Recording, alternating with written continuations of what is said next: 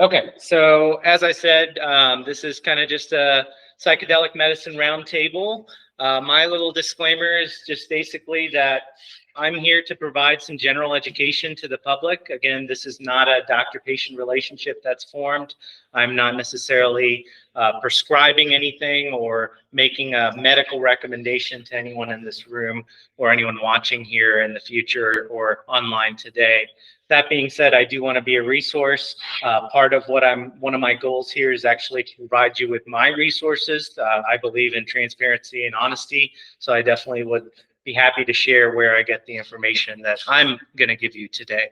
I have no conflicts of interest, so again, I have no financial interests in anything that's going on here.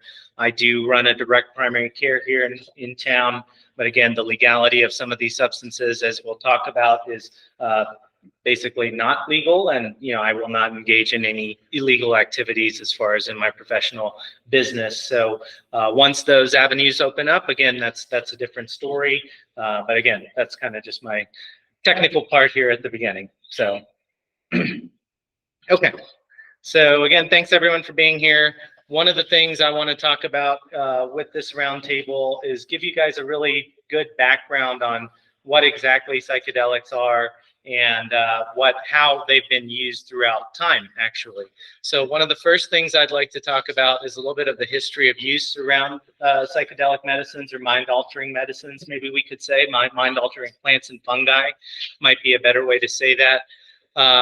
And there are theories that go all the way back to, and so this is from Dennis and Terence McKenna, who primarily give one of these theories, and we have a society sort of named after this sort of theme, that perhaps the evolution of consciousness and a lot of the human brain, the accelerated growth of the human brain, was due to upright apes discovering some mind-altering fungi and other plants and other maybe even animals at that time that had these mind-altering properties, and that they would have noticed these sort of things and taken note of that sort of thing. And so again, there's no necessarily scientific proof of that exact thing.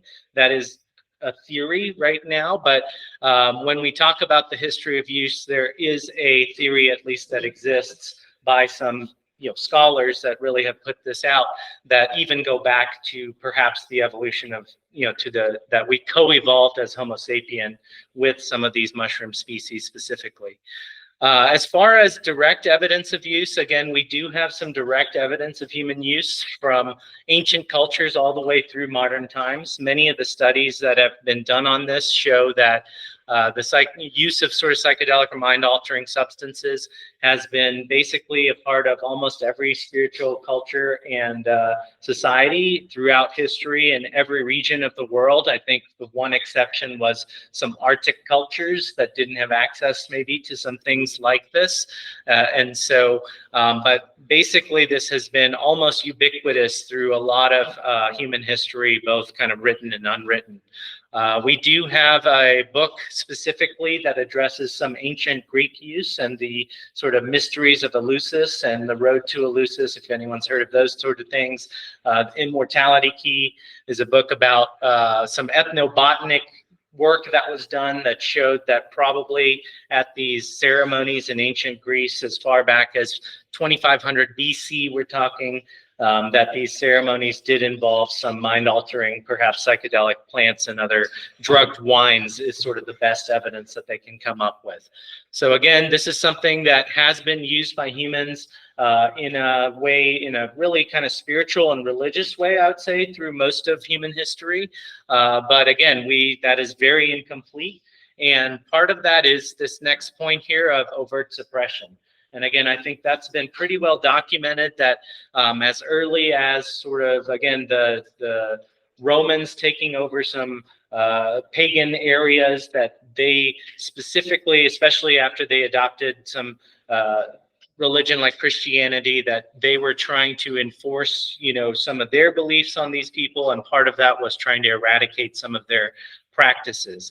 And so that has been documented, and we do know that there has been some overt suppression of use of these substances, these medicines, where, again, plant-based substances to, again, just basically control and gain power is the way that I would put it. And so that really, for many centuries now, has led to a lot of underground use. This is especially true in the Americas. Again, some of that suppression was in ancient times too, but again, as America became populated by the West, I think, again, that was a second round of sort of suppression of the native use of many of the things here in the Americas, a lot of which are fungal species and DMT-containing plants, and even animal extracts, basically. So a lot of that use has really moved underground as we get into much more modern times. And then there was sort of the famous modern discovery of psychedelics by the West, which was, I believe, around the 1930s or 40s. I don't remember the exact year, but there was actually a Time magazine cover article that was written about magic mushrooms back in the, again, 30s and 40s, talking about the discovery. This Western R.W. Wasson basically went down to Mexico, had sort of a ceremony with the famous shaman down there. And actually, on that note, that shaman actually says that's one of the things she regrets the most, is revealing these substances to the West. So that's her opinion, Mary Sabina. So that was one of the big introductions into the West. And I would say, some other really big names are Sasha Shulgin and the man who discovered LSD, Albert Hoffman, who really created a lot of psychedelic-like compounds in the basically 30s and 40s, LSD being one of the major ones there. And this really led to a huge psychiatric, scientific renaissance and really boom of information about the mind, consciousness, how the brain works. Many of our antipsychotics, antidepressants that we use today are actually developed directly from this type of discovery. And that, again, maybe we would have discovered these things otherwise, but I think the discovery of psychedelics very much moved forward a lot of medicine, even that we use today. And as we'll talk about, maybe sort of a shame that we've suppressed some of the use of these things. So that's kind of that modern discovery. And then a big time stamp is kind of this Controlled Substance Act of 1970. Again, this is kind of specific to American use in American history at this point as we move forward. And again, this was Congress passing the Controlled Substance Act of 1970, which basically started the DEA scheduling system and made many of the compounds that we'll talk about today Schedule 1, meaning that essentially they have no purpose in medicine or to really help individuals, that they only have potential for harm, essentially.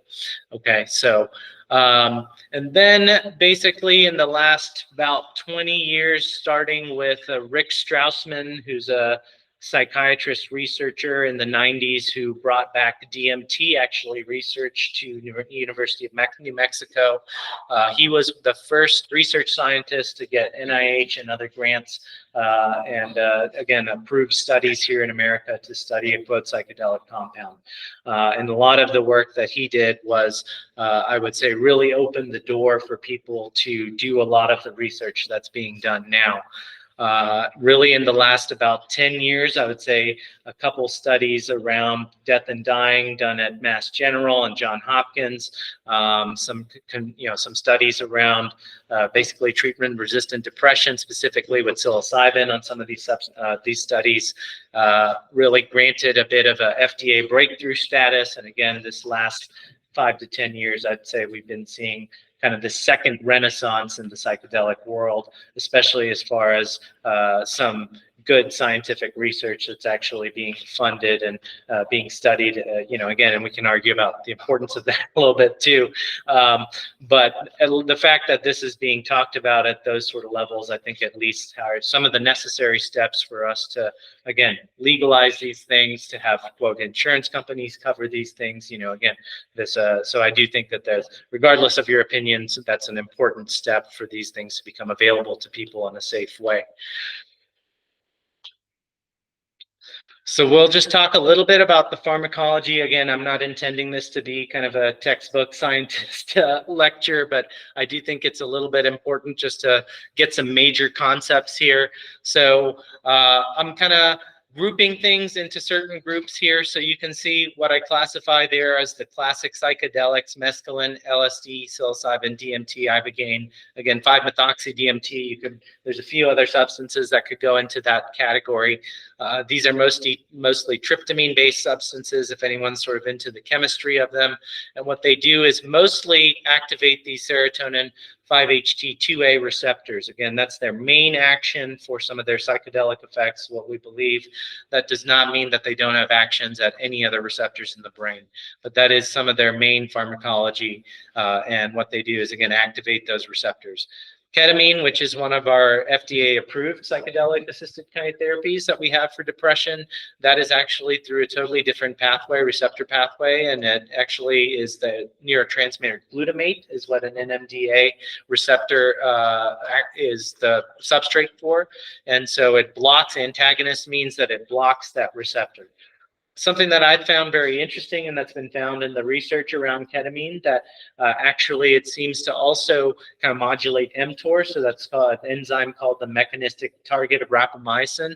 This is a very interesting molecule that's very, important in the biology of aging. So may drive, again, many of our diseases like cancer, dementia, heart disease, right, our top three killers, essentially, even metabolic disease. So something that is modulating mTOR, I would say, has a lot of interest these days in science. So that's kind of an interesting thing that ketamine also does.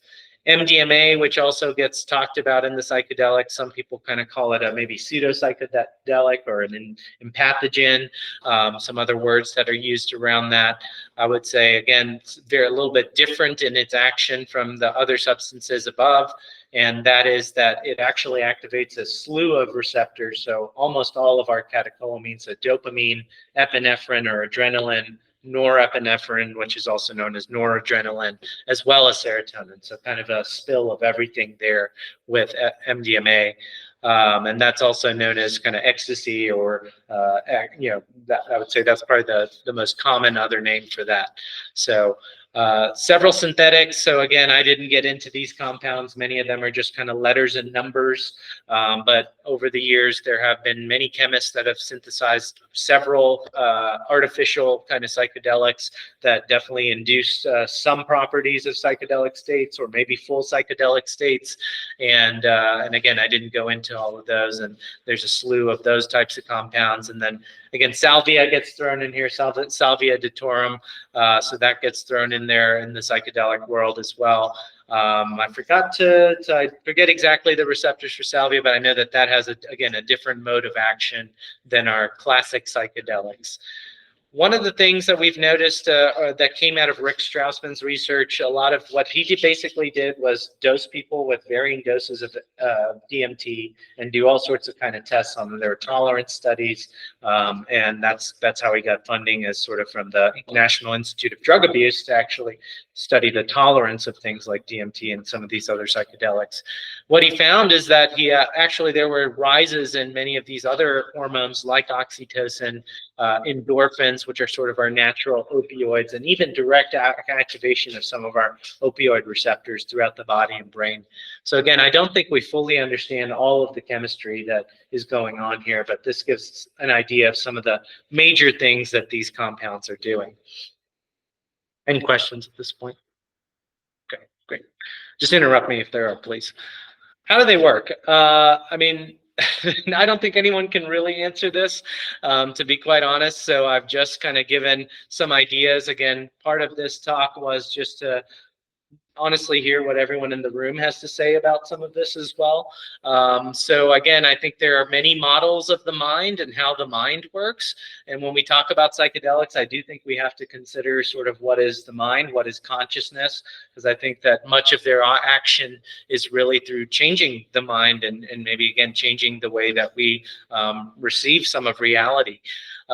So set and setting is a super, and again, some of the other things in this slide, let me address. So that's more of the psychological. So some people talk about maybe this is revealing the unconscious mind, or allowing us to access parts of our mind that we couldn't before. Those are sort of our psychological models of how this is working.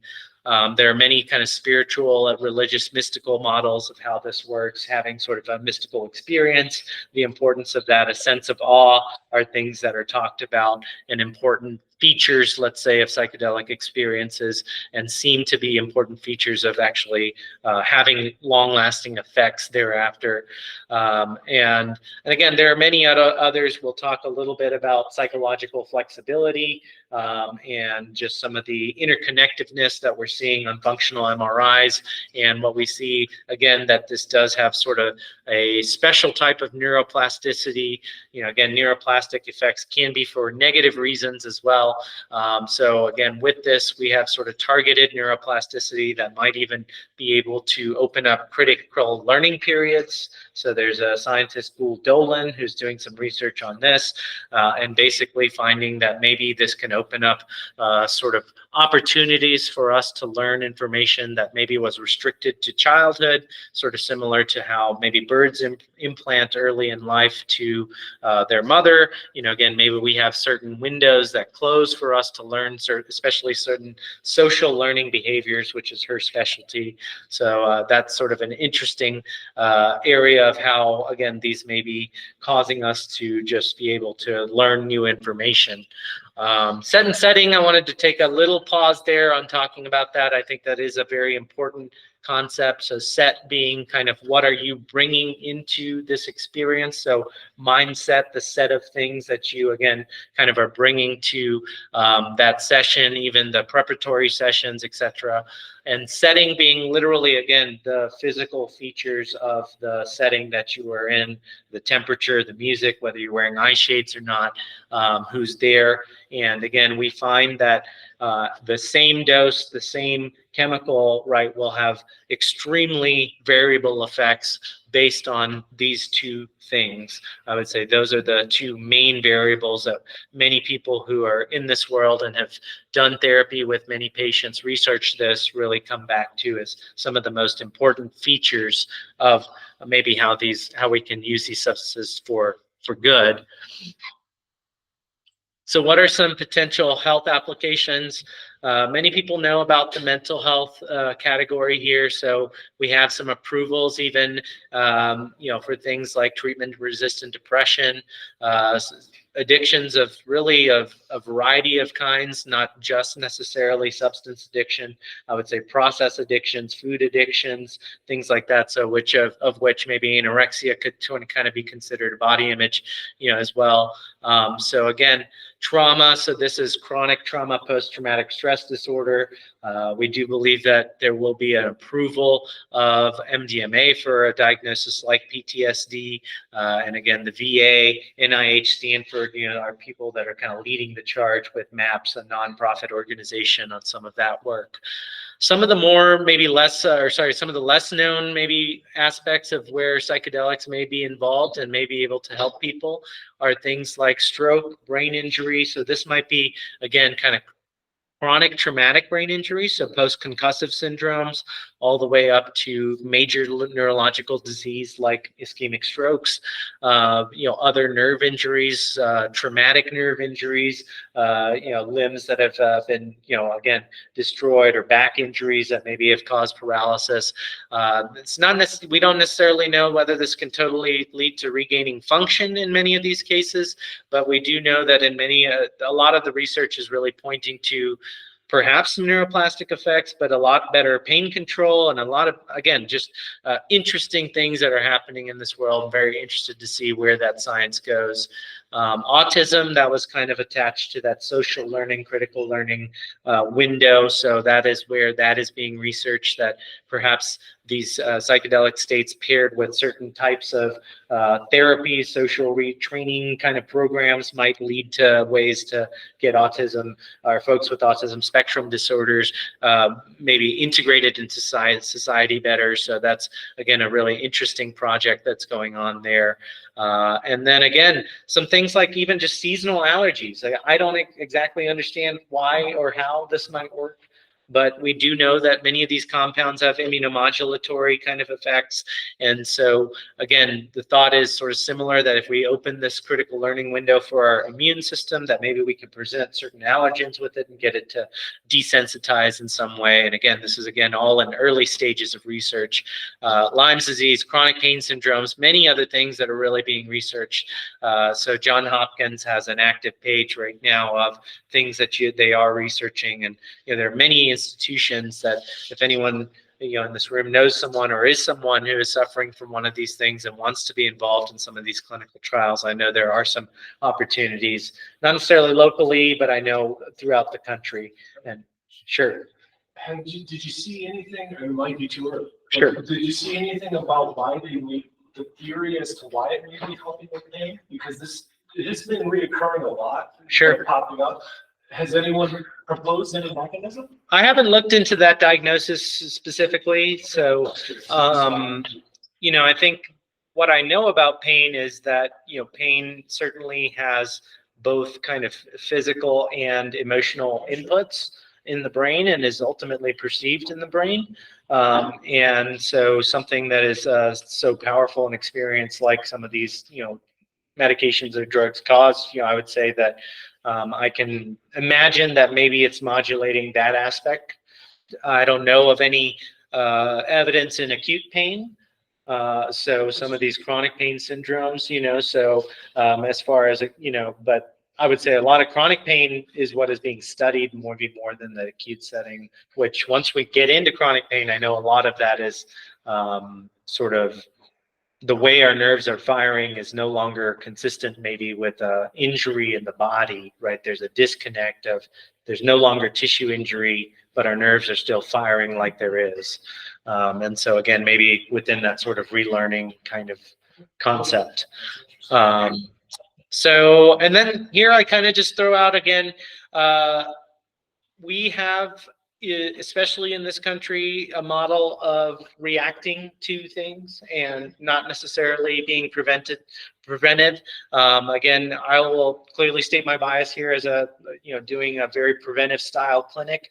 But again, I think that this should also be considered as a tool for wellness, tool for couples therapy, tool to improve healthy individuals' lives, find more connection and meaning maybe, or other things like that. I don't necessarily personally think that, again, the only health applications are quote unquote dis-ease, right? I do think that we can, we all have certain dis-eases that maybe this can really help us deal with. So I just kind of throw that out there that, again, the applications don't need to apply to some state of illness. Potential risks. So I am a doctor and I had a disclaimer, so I have to talk about risks.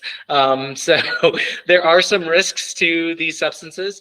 So primarily some of them are cardiovascular. A lot of the deaths that have occurred, I would say, are people that have had pre-existing cardiovascular disease. You see down there in deaths kind of mixing substances, many things on board, maybe in settings where, they were at a rave or dance party, or things where it was very hot, they were sweating too much, etc.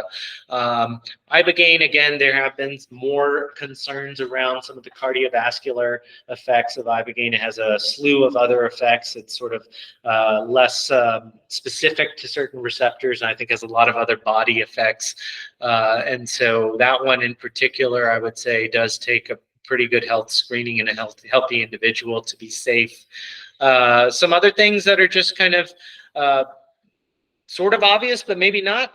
Again, they alter your senses and alter your perceptions. And so thinking about how to navigate the next however many hours or minutes, etc., safely, right? And just your pure physical safety. Driving, are you in a dangerous situation? Are you around people that you don't trust, etc.? And then there are some GI physical effects of these drugs. And so they do affect, we have serotonin receptors very heavy in our gut. So many of these things activate, lots of things throughout the body and can cause nausea, vomiting being some of the most prominent physical. Yeah, I would say diarrhea as well. So, all three of those things. Addiction and tolerance, again, those are a little bit different things, but I put them together just to kind of talk about the risk together. Tolerance is very specific to each substance. And actually, one of the interesting things that was found with DMT is that you basically don't develop tolerance to DMT. And so people were subsequently dosed, I think, 4 times with very high doses.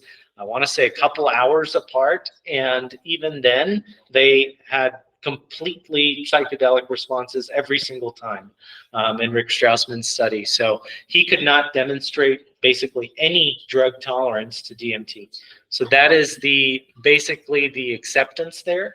The rest of these substances do form tolerances, and I would say, relatively quickly, most of them within several days of taking high doses subsequently, you're having to very much escalate doses quite a bit, or not having really similar effects at the same doses. So that's the tolerance piece. Since that is true, addiction actually is a little bit lower with many of these substances, but absolutely does occur.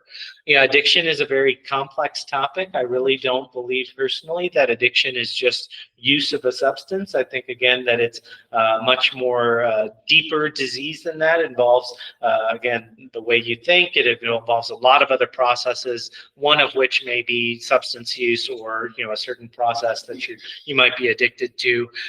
But again, so I would say there is some addiction potential with several of these substances. However, that is a little bit, I would say, lower than we see with many other substances, some of which are legal. We'll see here in a minute.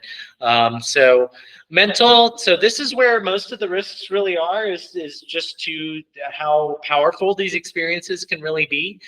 They do bring back perhaps traumatic experiences. People are literally reborn out of their moms. They relive certain parts of their lives. Here at the end, they do even see beings that have interacted with individuals, have even maybe done some unpleasant things to them. So, again, these mental experiences can be extremely, the saying is that they feel more real than real. That's kind of the term that's used. And people have a very hard time believing that what they experienced is not real. Really, it's almost impossible usually to convince them of such. And so, again, just having a conversation that these are things that can happen, especially when we get into higher doses. And again, there's even at low doses, I would say there are, many studies that may support increased anxiety, increased, or just fear of these flashbacks. So nefarious intentions, I do want to just take a minute to talk about this. Again, these substances have been used by, governmental institutions, both here locally as well as famously with like Nazi Germany, to try to indoctrinate people or to try to, again, use for mind control research, maybe even disorienting for chemical warfare. So a lot of things were looked at with these substances. And I would say, there are many famous stories out there, especially of when that led to probably a lot of the 1970s Controlled Substance Act, that, Charles Manson and other folks that used these substances to really, take advantage of people in an altered state, right? And I think that happens certainly with alcohol, which is completely legal, and many of our mind-altering substances. These being as powerful as they are, and the kinds of experiences people describe, I would just say, again, those nefarious intentions may go even further with some of these types of compounds on board. So just being careful who you're around, and again, maybe even where these things are coming from. So. I have a question. Yes. I've read that there are a couple of medications that, when they attach to the serotonin receptor, can cause atrial heart valve damage, and that psilocybin attaches to those same serotonin receptors, and so it's been postulated that perhaps it can also cause atrial heart valve damages. Do you aware? I am aware of that. I am aware of the study that was I know there's a podcast actually where the researcher that was looking into this spoke to an individual named Tim Ferriss, and I haven't listened to that information necessarily, but I do know that there is some information out there to the general public that addresses this to some degree. I think it was a study around microdosing and frequency of use as well. And so, there are sort of, as we'll talk about some of the models of use here, there are some protocols that call for as little as 2 doses of something like this. And I think in those cases, again, it may be safe.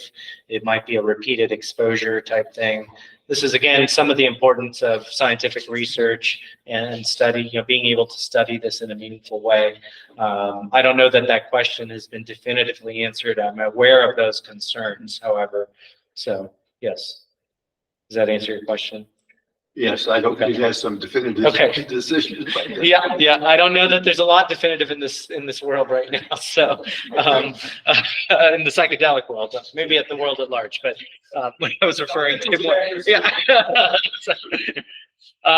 Let's see. So I think I got through most of this. Again, so if you do have medical illness, right, and especially cardiovascular disease, valvular disease, again, I would take some caution here. And I don't know that we definitely have good data to guide us one way or another.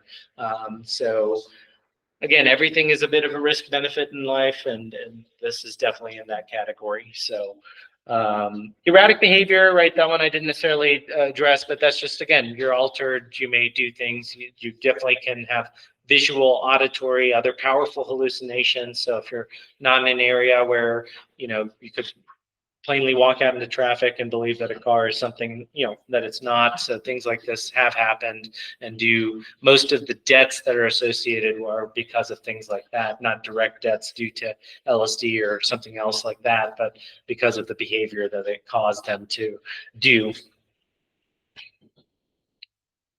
So what is the medical legal feature right now? So right now, MDMA, as I mentioned, is currently under trials with the FDA. I believe in phase 2, maybe going into phase 3 trials for FDA approval. And a lot of that is pushed by MAPS. Psilocybin currently has a breakthrough status with the FDA. So it is a little bit easier to research this as well for a variety of conditions, as I've put into kind of some of the medical applications. Some of the research institutions that are really pushing the envelope and pushing this research forward. And again, now many major institutions have some sort of department for like natural medicine or consciousness or other things like that. They won't necessarily call themselves psychedelics, but a lot of them do have kind of a department now. But I would say Johns Hopkins, MAPS is a nonprofit organization. Imperial College, which is actually in the UK, are some of the really leaders in that. Say again, NIH, Stanford right now are on the really pushing some of the research forward. Again, these still continue to be DEA Schedule 1, so you do still have to jump through a number of hoops to get those licenses and to get legal avenues to get medication to treat patients with these substances and for these studies. As many of you know, local and state laws are definitely changing. We have several Natural Medicines Act or other Psychedelic Medicines Acts being passed in local and again here in Colorado as well, municipalities. And then there are some spiritual use and exceptions. Ketamine is a Schedule 3 drug, so if you have prescribing rights and you have a DEA license, really anyone with prescribing authority can prescribe ketamine products. That doesn't necessarily mean it's covered by insurance. That just means that they can prescribe it. So just to be clear there. So these are just, again, some considerations that I've put forward, and this is where, again, I would hope that we have a little bit of discussion, and hopefully this is a good place to start on some of these things. One of the main reasons that I'm holding this forum is, number one, just education on these substances and potential experiences. I do think that especially folks in this room that might be sort of acting as guides or other things of that nature, right? Just making sure that we have sort of a standard of care for people, and that we are trying to use these with the knowledge that has been handed down over the many millennia that these have been used. And so again, kind of that intentions set and setting being that major theme there around this. Screening for medical and mental health issues. Many of us are taking these for mental health issues, or are looking at something like this for mental health issues. So obviously that's not a total contraindication, but again, if there has been some history of psychotic schizophrenia, other major psychotic diseases, I think that's important to really tease out and talk to a professional about. And again, some of the cardiovascular effects being some of the primary medical concerns there.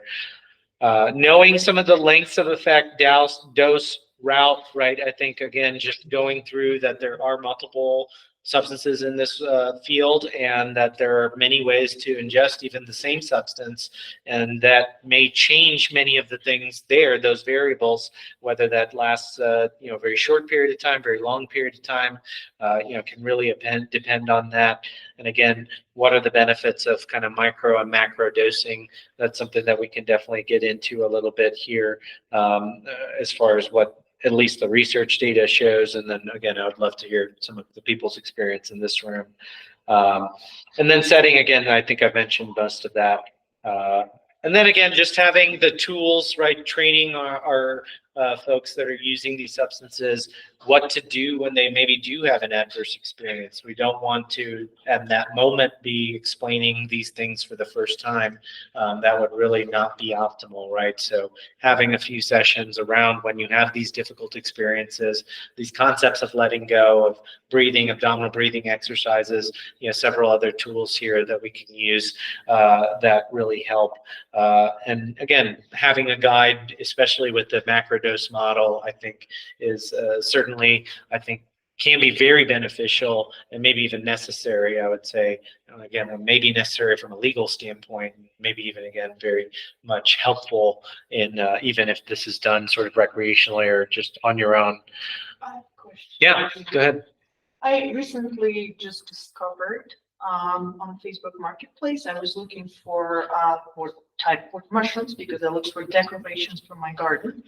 And I already discovered that there are people selling mushrooms, magic mushrooms, on Facebook Marketplace, and I'm not aware if they provide education. Because if you, for example, as someone who's not familiar with any of that, would take them and they start driving, for example, Sure. they can be dangerous, not to themselves, but other people too. And it's also, as you spoke about, the risks that can be along with this experience.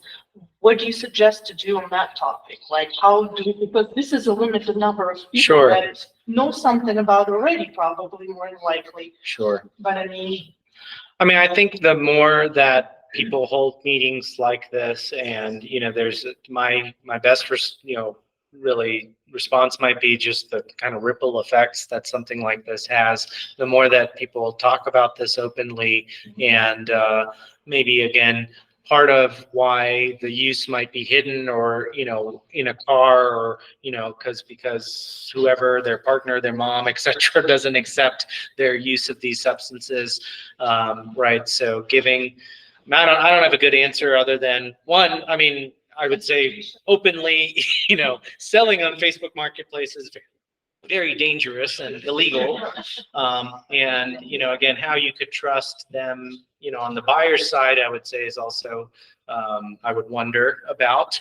But something that my personal belief is that a lot of this can be done. You can grow your own mushrooms. You really don't need to go out and buy these substances. And there are, freely available books on Amazon to do this, right? So anyway, so there's several issues there. But in general, again, I think the best that I personally feel I can do is at least try to educate folks on what is, the safer ways to do this, right? Harm reduction is a model that I really believe in, not necessarily, suppression of use, but maybe guided use, right, is sort of what we're looking for. So. I think we're in a challenging area right now, right? For sure. there's already a flaw. Decriminalize. There's Right, already a flaw. and we've, to the point earlier, the guidance has been taken away, right? That guidance is what existed pre-1900, pre all these acts, right? And so now all of a sudden we're having to try to refigure out what people figured out thousands of years ago, to be brutally honest. All these partners knew how to deal with all Well, that's exactly my point, because like even if you go for psilocybin experience in Mexico, they give you the right amount of these mushrooms or whatever, the powder, whatever they give to you, and you go in a safe place. You go lay down and you experience what you experience. You don't go on your own or drive a car or go in the forest where you can be harmed by wild animals or just be lost. So in here, because that's already a flaw, that it's already here, since they decriminalize, it's not technically not legal fully, it's decriminalized, but people finding flaws in it. So that's my concern. What about kids? Kids don't know about risks and benefits and none of that. So how do we protect kids? That's the question. I wouldn't say that's a new flaw. Yeah. I wouldn't say that's after decriminalization. I could find mushrooms and any substance on the internet for the past 20 years really easily. So that's the point of this being the third meeting where they're not supposed to be selling those at all. Yeah, on exactly. Facebook Are you Marketplace. So supposed to share that? it's a black market element Mhm. seeping into somewhere where it's always been. So what they should be selling is the educational component, and then profit goes along with it. We'll never have the ability to stop the criminal Right. element and the black market element of this, unfortunately. There's not a single pharmaceutical that exists right now that I can't get easily on the internet. And that's just a flaw built into human nature that we're gonna have. Mhm. And we do have to concentrate on what you said. How do we keep children out of these things? I think So the where do only we one put that solution on? is on educating them, keeping Sure. them, not holding these meetings, not only with the grown adults, but with children, make them aware of what can happen. I don't know what's the ethical reasoning with this, but Well, I that's mean, just my I mean, opinion. again, I think that, many parents who hear that might feel a lot of different ways, right? Because many Yeah. parents very strongly feel that, again, what their children get exposed to is their right to control. And I'm not really here to argue against that, but I wouldn't be here if I didn't believe in education as a powerful tool, and would really echo that. Again, really hope that openness around this leads to a little bit more of those discussions at home, with parents, again, so We as can well. do with the parents' consent. Sure. We can do with the parents' present. Of course, I think something like that. of I course. think your point's totally valid, and I think this is the beginning of starting Yeah. to create some of that, right? It's been I lost, hope it is. it's a bottom line. And so I think that it shows the need for education to go along with these things. I really wish in high school. Yeah. Who's used linear algebra since high school? Who's calculus? I really wish in high school they would have a natural medicine class and say, hey, guys, this is cocaine, this is heroin, these will kill you. This is THC, this is psilocybin. Used properly, they can help you. Well, And to start teaching the kids that Without. this is where it gets weird, because he'd have to go to the schedule on those.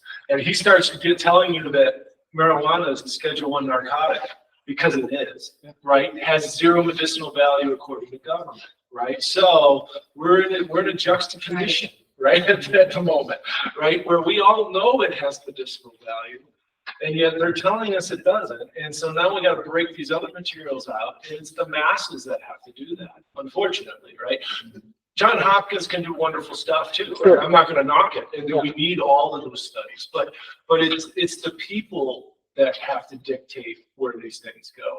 And so that need, I think everybody here is like, hell yeah, we do need that, and we are all ignorant, right, on all different levels. So I totally. Of course. I mean, I certainly don't want to pretend like I am an expert in this field. I have never done any psychedelic assisted therapy for anybody in a professional way, or otherwise. So, again, it's not something I necessarily have a ton of experience with. I will say I've had basically a lifelong interest around altered states of consciousness. And again, just a note on sort of psychedelics. I do believe that there's many other ways to attain this same sense of awe in the psychedelic state, whether that's ritualistic dancing or breathing techniques or physical feats of kind of running an ultra marathon, deep meditative states. Again, I think that many of these things share a lot of features, if not, they are the same exact thing that people are sort of feeling and attaining in these states. So I don't want to pretend that, psychedelics are sort of, again, the only way to gain this knowledge or to kind of attain some sort of wellness. But I do believe they are somewhat of an accelerator and a little bit more guaranteed sometimes than some of these other things. And then, maybe even a quote unquote shortcut in some ways. And so again, if that's freely available to us and grows outside of our doors sometimes, without us knowing it, then again, I do think that education around this, awareness around this, and many other topics in health is, goodness, I mean, just even the number of people that I see that for, let's say, alcohol addiction, right? And I ask them when they started, right? The number of them that tell me before 13, 15 years is very, very high. Right. So to say that children are not having access to things that are destroying their lives already, that we call legal and advertise on TV continuously, I can't watch a basketball or football game without, getting inundated with, every new beer or whatever alcohol that's out there. So, yeah, exactly. Right. It's accepted. Right. And we've said that this is okay. Right. And this is not. Yeah. It's just type of change. Well, it's because it's actually because of the alcohol is more widely accepted because we kind of learn the risks of it somewhat or benefits of it somewhat, and lots of parents drink around children, and this is kind of like, okay, like my parent can drink and I cannot. This is kind of situations. Yeah. But psilocybin and marijuana is actually also you have to know the risks of it and the negative effects of it. A lot of people don't know about it. They know only the good side of it. Well, it makes you high, makes you feeling good, but they don't know the potential risks of it. With psilocybin, there's a risk of that. If you're already schizophrenic or bipolar, have a bipolar personality disorder, you're not even allowed to use them. Psilocybin treatment, as far as I know. So I will say in the research environments, that is generally an exclusion criteria, right? So, I mean, from a purely kind of, again, scientific background, I definitely can't say anything more than, yes, that is one of the exclusion criteria, and it certainly has not been studied in this population. I'm sure that there has been recreational use by folks with those conditions, and there may be some reports that, I just certainly don't have the totality of. But more than likely, this anti-psilocybin propaganda back in the 70s was based on the reports of the people with schizophrenia and bipolar.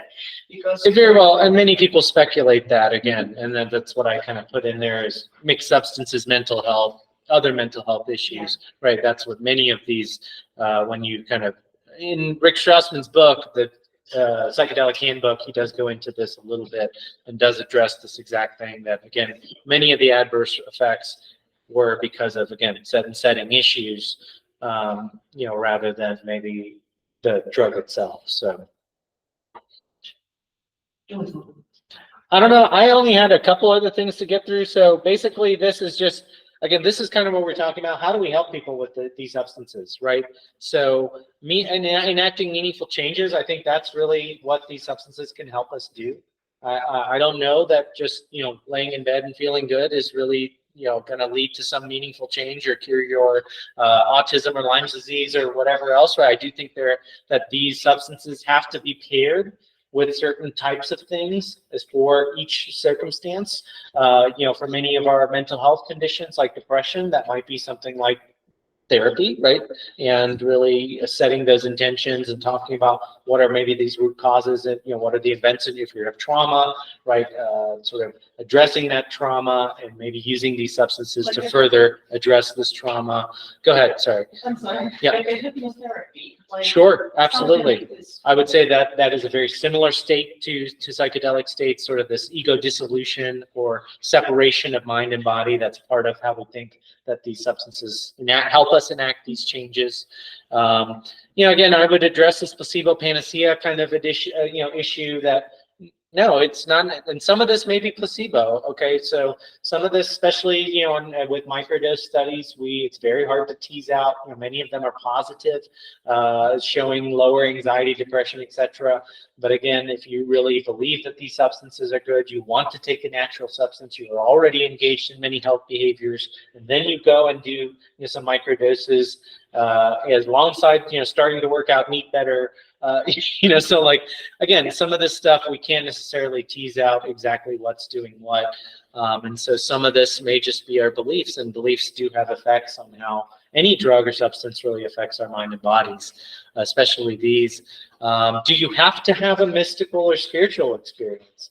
I think, again, that's something that I would kind of pose to everyone in the room, right? And that I would say a lot of research may be pointing to maybe that might be sort of a setting issue, right? If you're sort of telling people you have to have a mystical experience and this is the only way that we can make change in you, then that might be actually handicapping people in some of these experiences. And so maybe having a little bit more openness around what sort of a non-spiritual language sometimes around, especially for that person that seems to be a good fit, because sense of awe, deep connection, right? Some of these other things that happen in these states, I don't think sort of get called a mystical experience, but again, that's sort of, I think, are we deciding that for that person?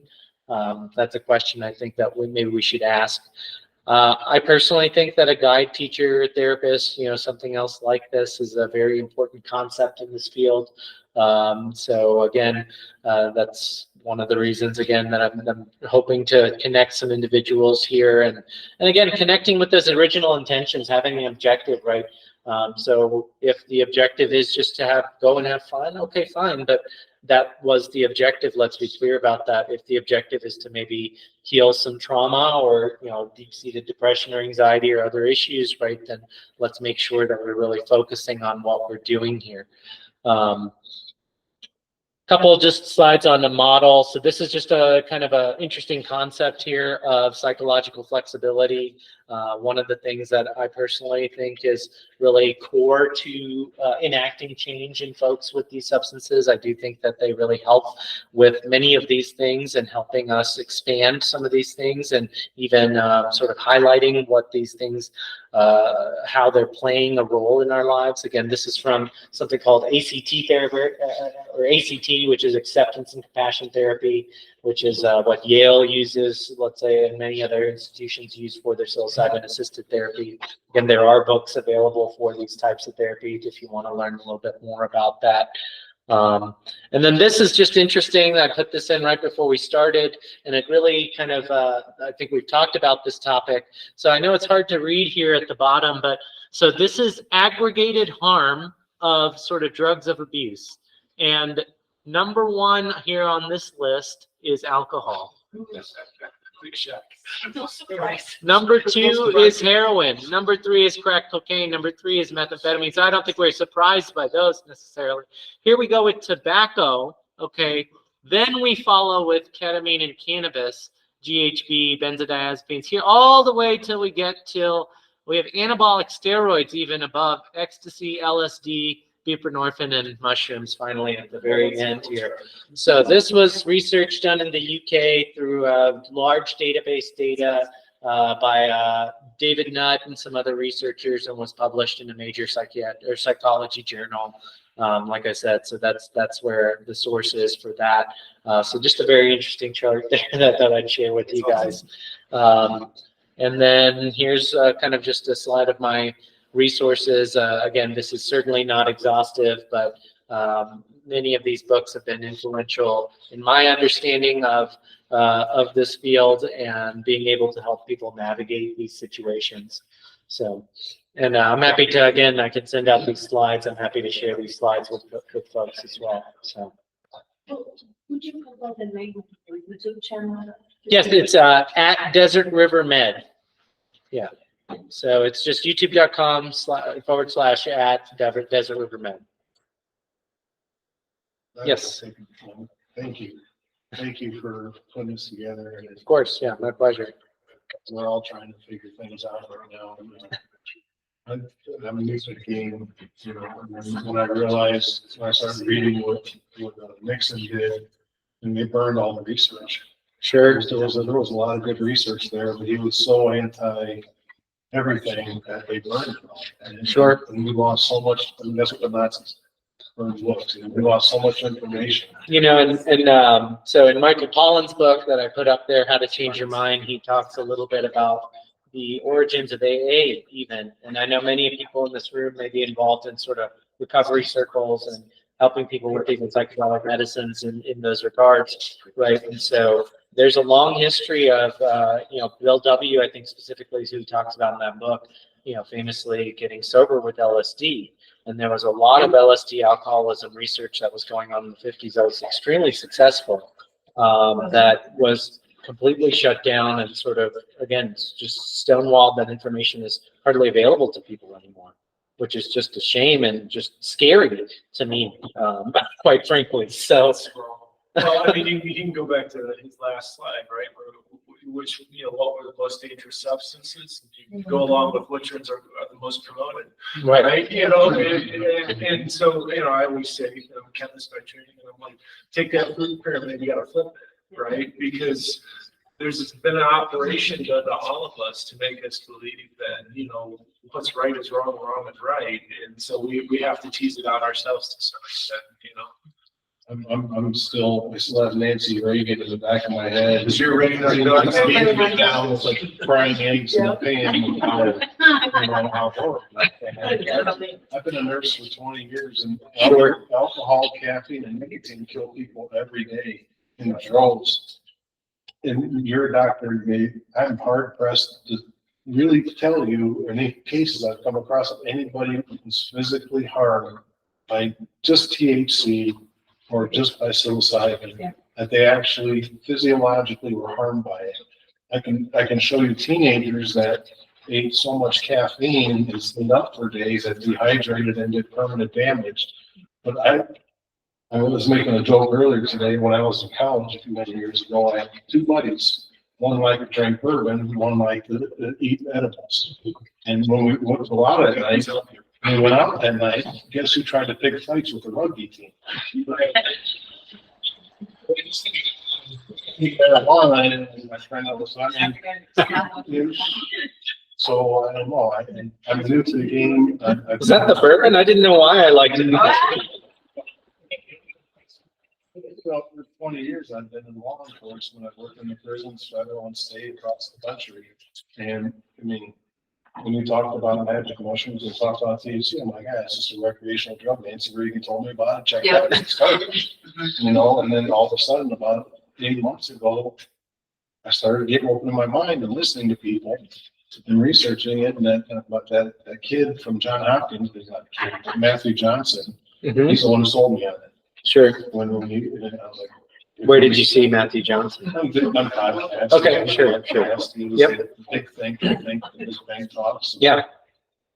But I'm coming into the world of it. I see the benefit of it, and it still blows my mind how resistant everybody is to outside the circle.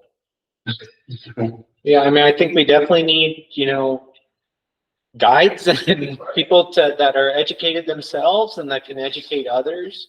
So I think that's, again, all of us can only really control ourselves and what we do, right? And if you can change one mind, I would say I personally consider that a win.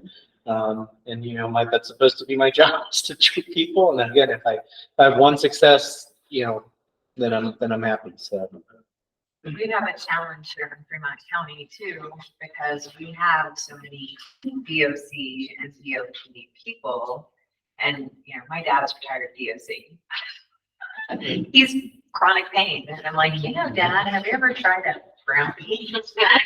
And, to him, special brown. Yeah, I should have just, it was like I'd offered in Coke or something. I mean, because it's like, that's their mindset. And so I think for Fremont County, and you want to talk about some people with some trauma, Yes. that's a big group of our residents who do have a lot of trauma. I mean, look at what they deal with on a daily basis.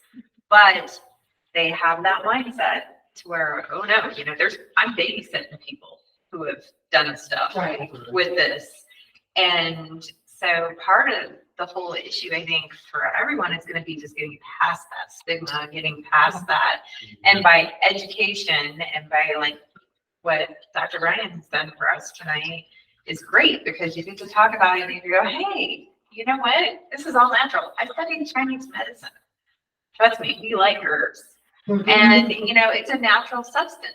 It's something that's in nature. And it's like you said, it's in our been bodies. used So for DMT, It's in our bodies. right, DMT, there's forever. a huge theory that DMT, that we have certain made and neural circuits that are purely built around the DMT.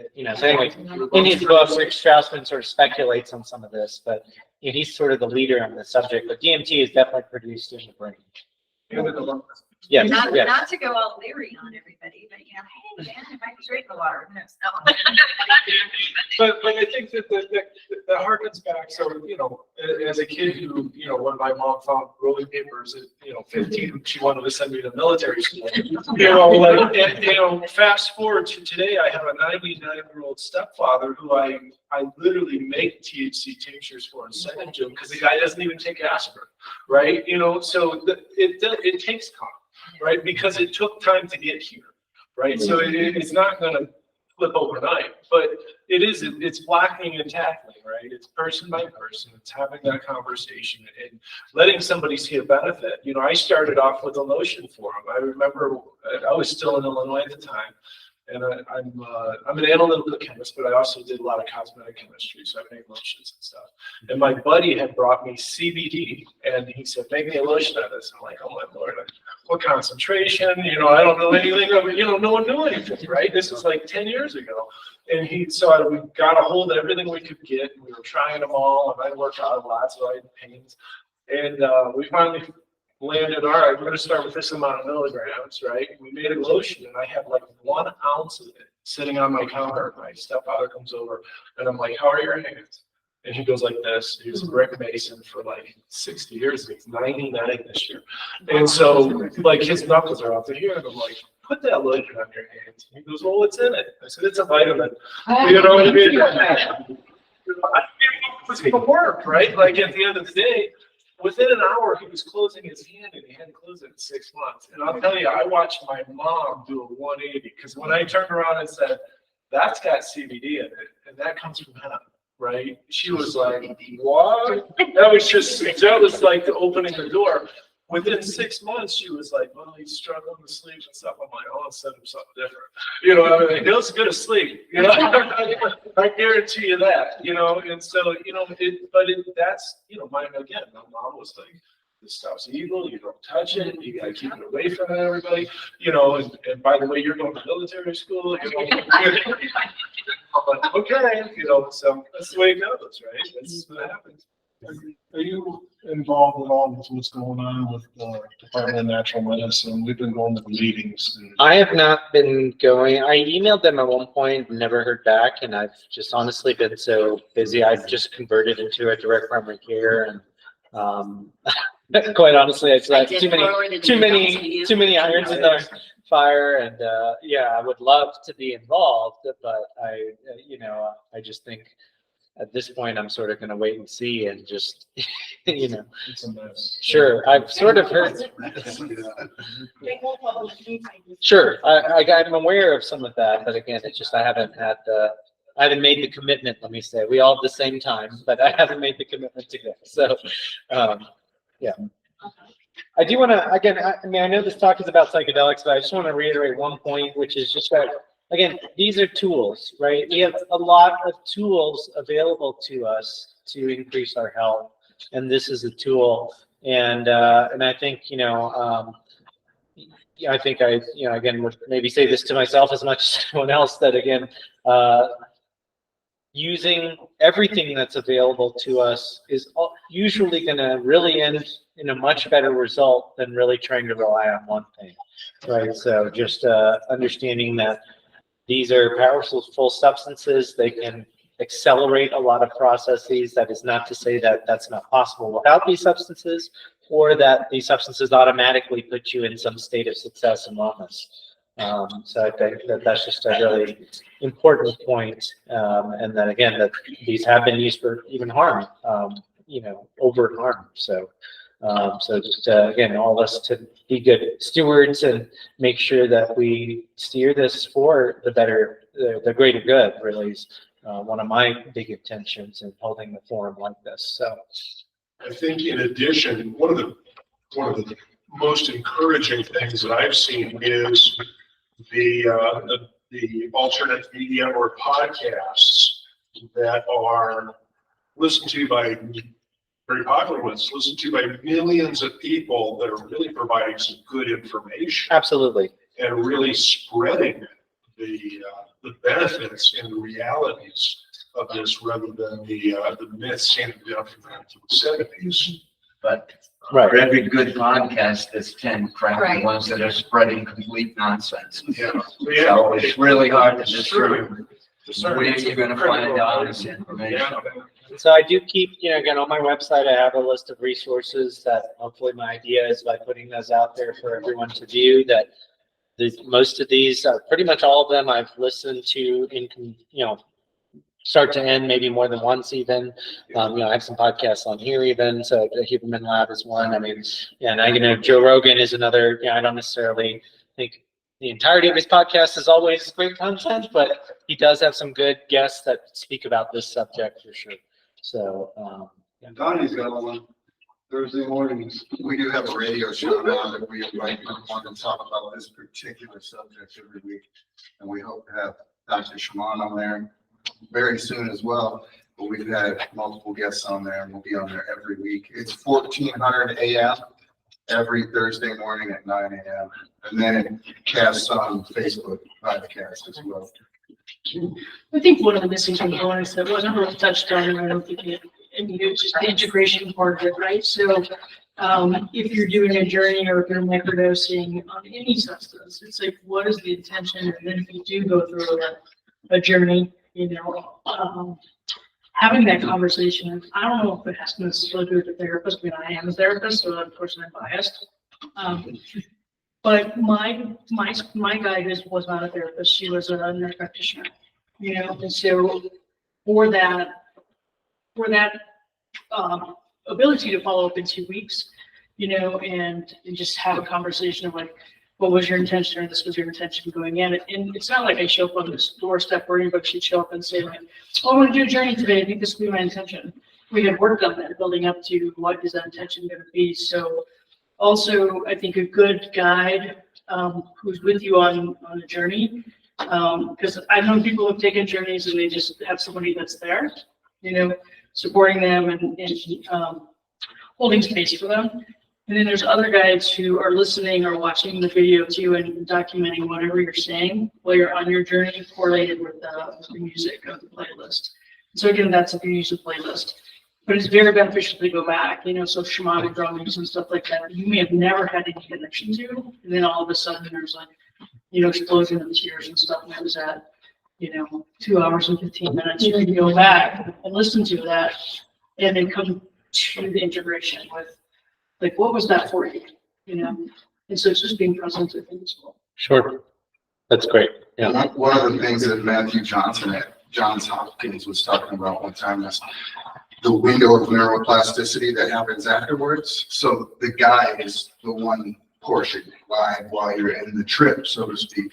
And then you have this window of neurogenesis and neuroplasticity that occurs sometimes 2 to 3 week long window. And that's when your therapy comes in and it puts it on steroids, basically. Yeah. It just really pumps it up. Right, and I think so when you're looking at what's the intention of the setting when you're going into these types of experiences, it's like if you do a journey or something and never do the integration part of it, then that's where people can sometimes with different diagnoses get stuck, or not know if it's real or not real, or, the sky opened up and was basically this kind of thing, it's like, and they're still believing me 4 weeks later. It's because somebody who went through the journey with them will do the rest of the work, right? There's a guide or somebody there with you to bring you through to say, okay, what's that mean to you? You can't just do the mushrooms, you gotta do the work. Yeah. It's Yeah. Sounds very normal. One of the guys that's talking about how you got this massive experience, everything. Before you have a massive experience, you still have to chop wood and carry water. You have this life-changing experience. You add to the spirit world, and you have all this massive stuff, and then right after that, you still have to chop wood and carry water. That's like that you're saying. I think that's the biggest part of all of this stuff. It's like a tool. And I really like the fact that most psychologists, they kind of set the path. They're setting your chart and saying, hey, these are what your problems are. This is your goal. This is where you want to go. And then psychotherapy, it might click for you in 6 months. It might take 6 years, but you're going to a therapist every day because you're trying to change the way you think. You're trying to change the way you perceive and feel reality. This is like Thor's hammer. Without that psychotherapist, without that person helping you start off and getting you planted and getting you grounded and saying, this is where you're at in life. Man, you go to a therapist, I've got these problems. I drink too much. I'm a jackass sometimes. I get trauma cycles, The therapist kind of gets you straight. Says, well, this is where, let's make some goals. And I think that's the huge part of the whole process that all the media and everybody's forgetting. Like, we're so focused on the compounds themselves. It's just a tool, like you said, once you have that goal, once you're doing that therapy, and that was the idea of the SSRIs in the beginning too. That they were just something to give you a window to get the therapy so you can go outside, so you can interact with people. Right. And that's what, this is like, okay, you're doing the work, you're doing the therapy, you're talking to people, you have your goal, you have your intention. Now we can take the hammer and we can give it accelerated. We can give you 6 years of therapy in 6 hours and help you change your mind and start seeing things better so you can walk out the door and look somebody in the eye and say good morning. My gut tells me that's why historically, if you go look at, the way it was used previously in indigenous cultures, there was always a shaman. That was the point, right? That was known. And it's super, super important because some people can go and they have minor traumas and they can work on them themselves and they're already kind of in tune. But in this society today, people are so disconnected from their soul. Oh, man, I don't know if I would want to sit in the audience. Listen to some of it, right? I mean, it's challenging, right? So yeah, yes, right? And so I think that's what the ultimate goal, and I think everybody's kind of leaking that out anyway, is that there is the two sides of this, right? There's the what piece am I doing? What am I trying to do for myself? And then how can that shamanic type person help me move through this? One of the ones in particular that I've read about is the ibogaine. That's like a 3-day thing, right? And what I've heard is like you better have a damn good shaman when you go to this. That's what I've read, because like you're gonna look at your worst pieces of yourself, right? And it's gonna be sitting right in front of you, and you're gonna have to deal with those things. So yeah, I mean, depending on the level at which you're doing some of these things, some of these psychedelics are really intense, right? There's some that'll take you for a few minutes, right? But then this one's gonna drop you there for 3 days, and if you're not ready for that, I don't know if you're coming back. That's what I think is important. Like, so a lot of times they call that shadow, right? That's your shadow work. If it's like you don't even know what a shadow is, and then all of a sudden you're down for even 8 hours, right? It's like, oh, your ego is not your ego. You better know. You better know what it is that's standing up. And there comes a time, I think, with the right work, in psychedelic world, that your shadow that you once resisted, now sits down beside you. Yeah, once you did the work, because you have met it, and then you can say, okay, oh, you showed up again. What am I here to learn today? Yeah, right. It's a totally different thing than like pushing people out or And I would Yeah. say, so like, one of the things that I talk about in just general health, this is, so if you come to me and do a wellness exam as a patient of mine, one of the things I will ask you is, do you have a sense of purpose? Right? And I think that's was something that really this conversation is really bringing me back to, right? And that might be more important than the, so psychedelic, what does the word psychedelic even mean? Right? The word psychedelic actually means to reveal the mind. Okay, and so again, this is revealing something that is probably true about you, inside you, right? And do you know yourself? Can you accept yourself, right, when that's laid out in front of you? And again, that intention, I think a lot of times we are very disconnected from that sense of purpose. People, I sometimes get some very interesting reactions to that kind of question. And again, I feel the more and more I learn about medicine and life and everything else that that is an essential part of health. That connection with the sense of self and why you're here. And again, whatever terms you need to put that in for yourself to feel good about that, I think I'm not here to make that story for you. I'm just here to tell you that that's important, that you figure out. So, Like the most important thing. yeah. Like really of the setting, because you can set people for the experience. They have to experience it for themselves. So you have to kind of use this like be careful with the words that you use and before you set it for them. Absolutely. So Or even when you're coming out of it, right? So it's interesting, we take a substance to go into our unconscious mind. It's still Carl Jung, so sorry, won't go here. No, go for it. But it's like we live in our conscious, right? And then when we take a psychedelic and we go into our unconscious, that's where that integration work comes from, is like you have to be able to integrate that. And then how you talk to yourself after that, because your unconscious mind is always listening to you, and its job is to protect you. So if you're like, I'm no good, I'm a failure, I'm a POS, right? Don't listen to that. Your unconscious, I'm talking, your unconscious mind will make that the reality, right? Or I'm never good enough, or my relationships are never successful, or I always hurt people. Right, when those things happen, well, then when you come up to somebody who's really nice to you, then all of a sudden it's just like, hi, I kind of like you, but I'm just going to hurt you, right? And then they just walk away. I don't give that other person a chance or whatever. That's the work. So when you delve into the unconscious mind, you have to be able to come up and talk about it and bring it to conscious. One thing I tell a lot of people too is that everybody's so programmed to start thinking and demonizing yourself and like differences about you and things, and that you need to, instead of being like, oh, this is what's wrong with me, I have to change this. You should learn who your demons are and learn to sit next to them, like invite knowledge to the table and understand it. Right? Because otherwise, how are you going to live with yourself if you're so full of shame and like stuff that you can't even let other people? That's right. Yeah. Well, one of the things I find interesting, like, I meditate a lot, and like, things that I thought I'd work through, like, it'll bounce back out of nowhere, right? Like, you're like, 4 years later, seriously? Like, this is still here? You know what I mean? But like, I hadn't thought about it in years, and then I'm in a meditation, and all of a sudden, like, there you are. All right, well, so this is, what's the go around here? What do we got to get out of this one, right? And so much of that, I think we just, this group's unique, right? Because if you go to the average household, they're not even considering that. For my dad being a dentist, I remember it was about 8 years ago, I looked at him and I said, where does consciousness exist in the body? And my dad just looked at me like I just took the air out of his mouth. You know what I mean? And he's like, we don't know. And I said, exactly. Yeah. And he's like, you're an ass. And I'm like, of course.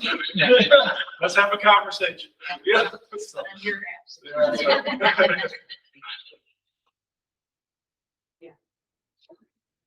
You were talking, Doc, about the mindset, and I think going into any session, whichever of these you choose, and the only one of them I have tried is the DMT, but going into the session with the right mindset, with the intention of using this to heal.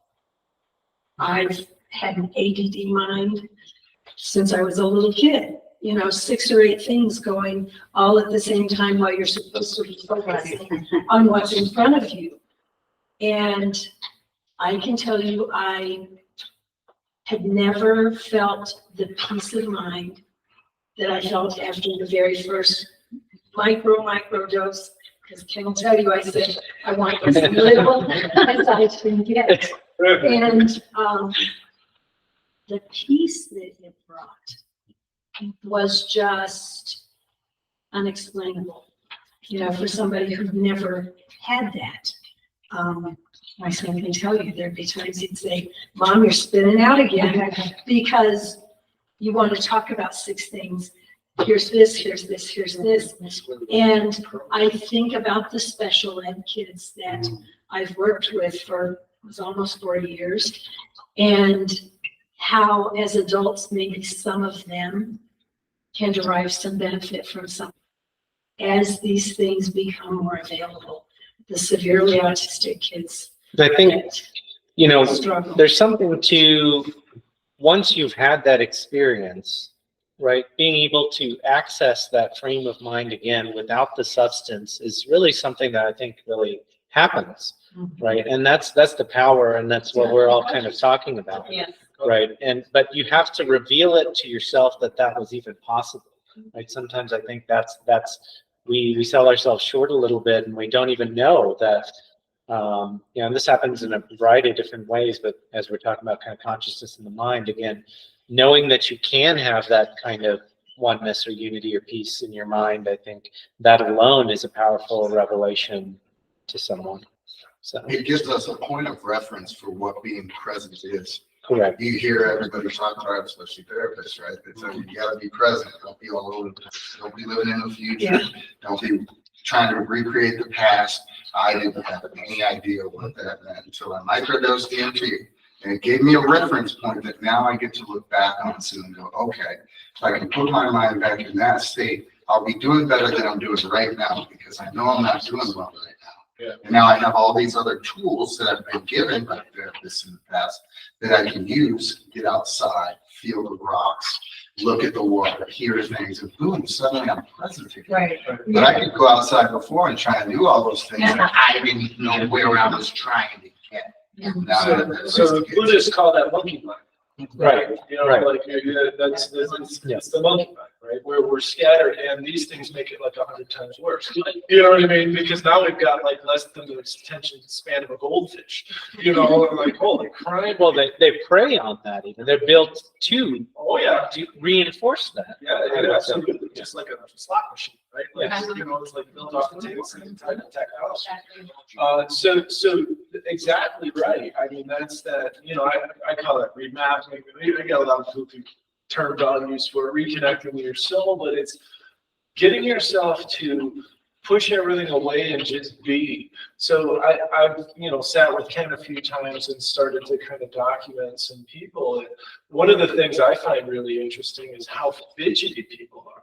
So, you know, like I'll sit still for like 45 minutes without hardly moving, and these people are thumping a leg and things are kicking, and you know, like they're jittering all over, and you're like, no, I get a sore back, so I have to move a little bit, but it's like, wow, you know, like slow down, you know, like, but yeah, I know where that comes from, right?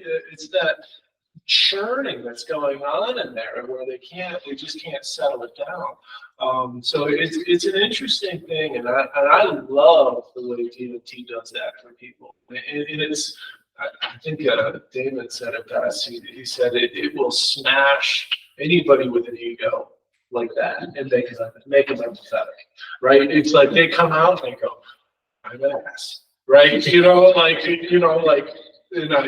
didn't even know. Right. And then they start documenting all the ways and the things that they've done. And you're like, well, that's interesting. Right. That person just, you know, Ken will use the term reset. They just hit that reset button and they went, this is human. Right. This is what is human. Right. And gets them out of that idea of, you know, somebody cut me off here, did something to me there. Right? There's some amazing benefits. I think we just need to tease them out and figure out the best applications, because I think that it's going to be awesome for people once we can. And for people who can't. Yeah. Normally, so Doc, what happens when somebody isn't affected by DMT? I mean, big doses of DMT. I have, Talking about I have no idea. Yeah.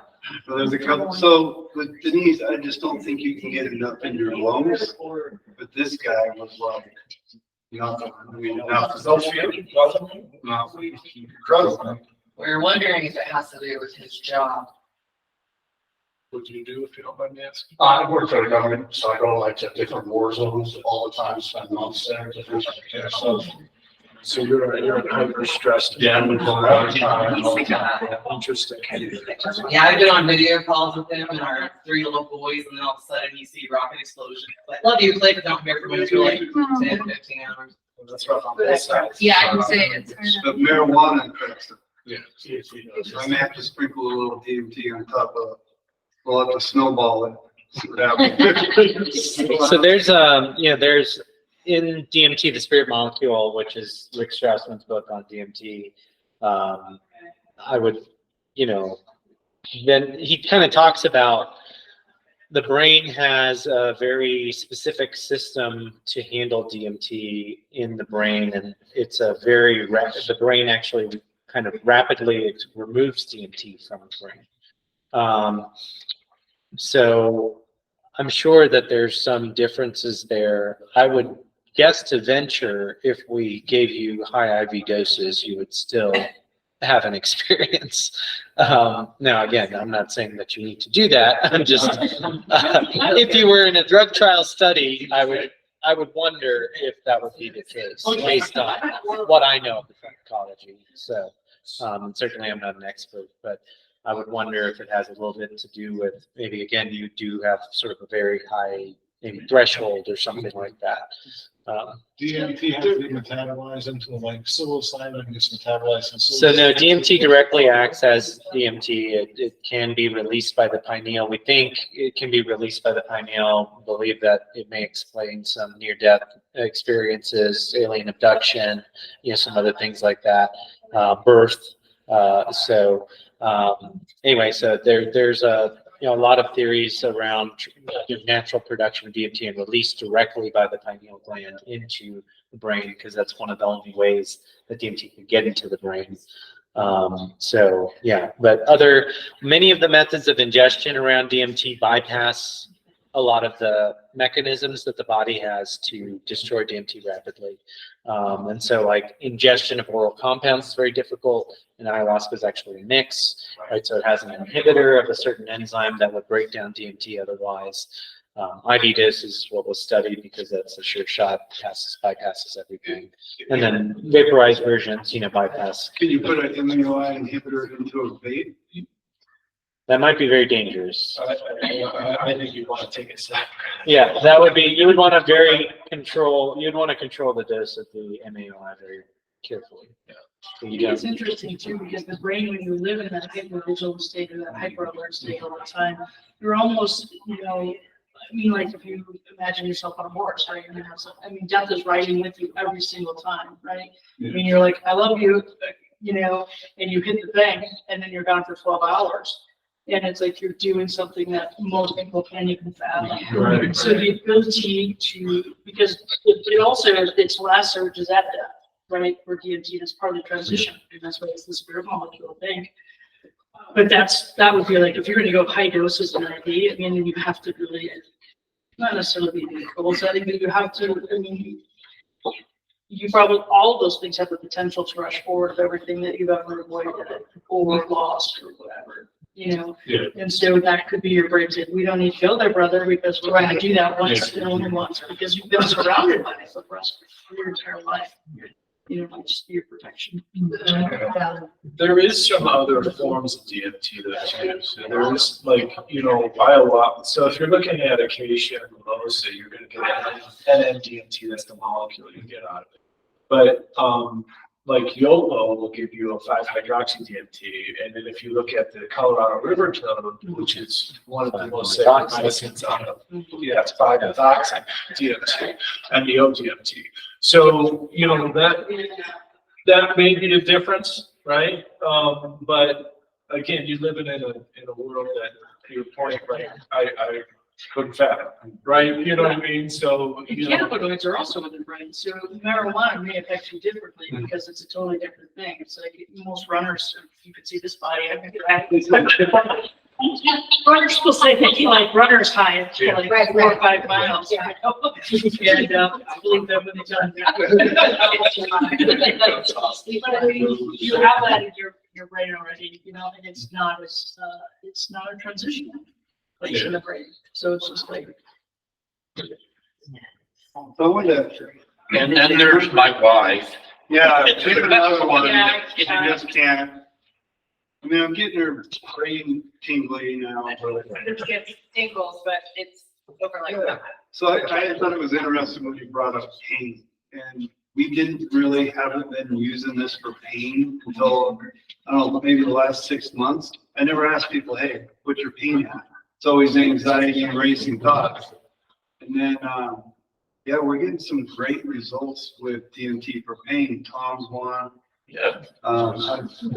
Yeah, there's quite a few. I think fibromyalgia is being studied as well as some neurological, like beta limb and some other things like that. So. Yeah, that's what. So it helps with his phantom limb, but I've got fibro, doesn't do nothing. It helps with my fibro. Does it? That's I was awesome. even in I was in and out of chairs and couldn't even, I'd be like this a lot, but I have multiple autoimmune diseases too. And so chronic pain's been something I've had like a lot, but I noticed like I'll be kind of like this and stuff, and I go in, it'll get to a point where all of a sudden I can't even fake it and just like, just let go. That's awesome.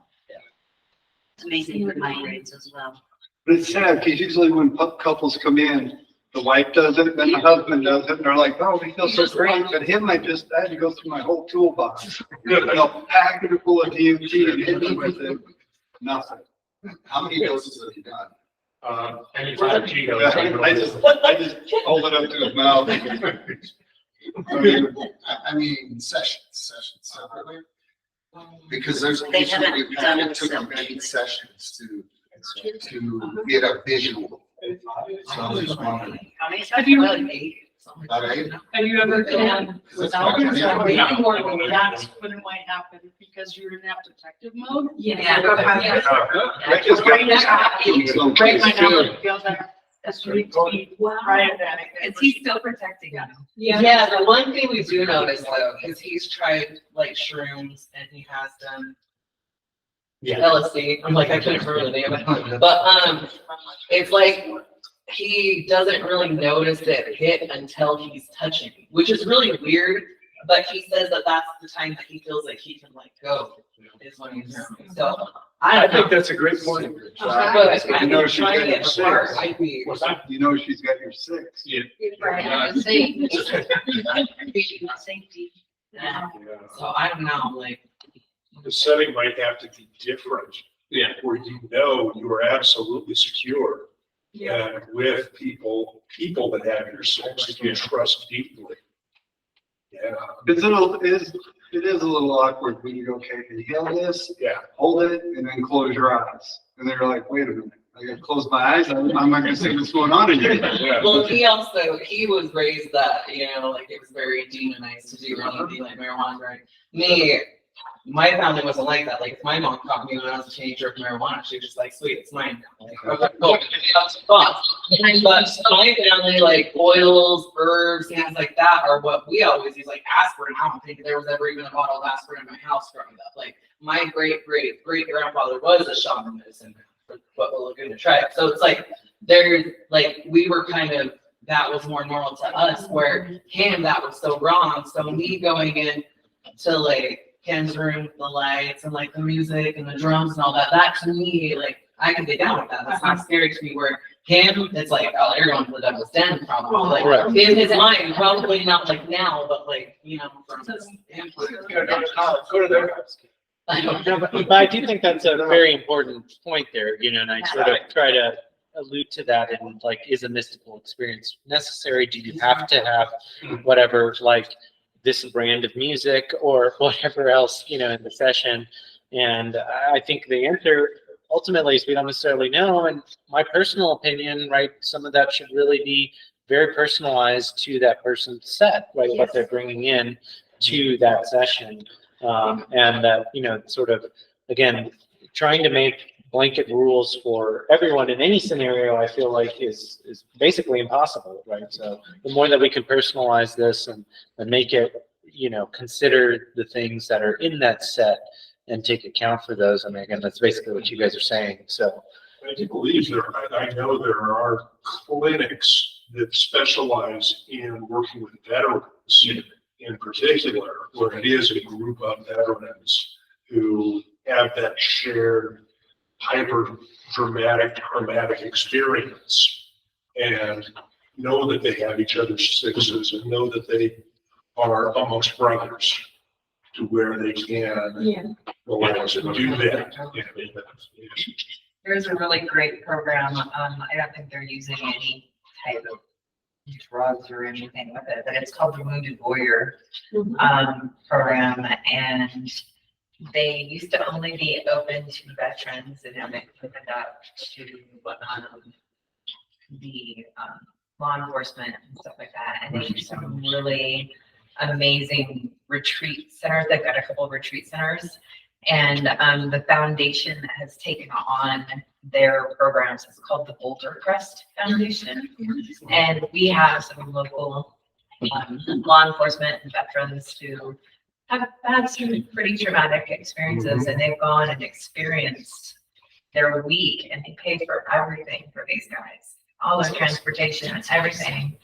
And one of my patients came back, and I'm like, "Oh, cool. So what tools did you learn?" Is what I asked them. He goes, "They don't teach us tools because you only need tools if you're broken. They teach us processes. They teach us, you know, and it's pretty. It was pretty powerful. It was like, oh, and he started helping me. I'm like, oh, these people know what they're doing. So I'm a huge supporter of Boulder Crest because I'm like, yeah, they've got it right. And if you Google them, they have their little video that they produce is, to me, I watched that video and I was like, oh my gosh, these guys did it. They really are doing some great work. And so I would not be surprised to see them start coming down this too, because they're really open to what can we do. We're gonna have I'm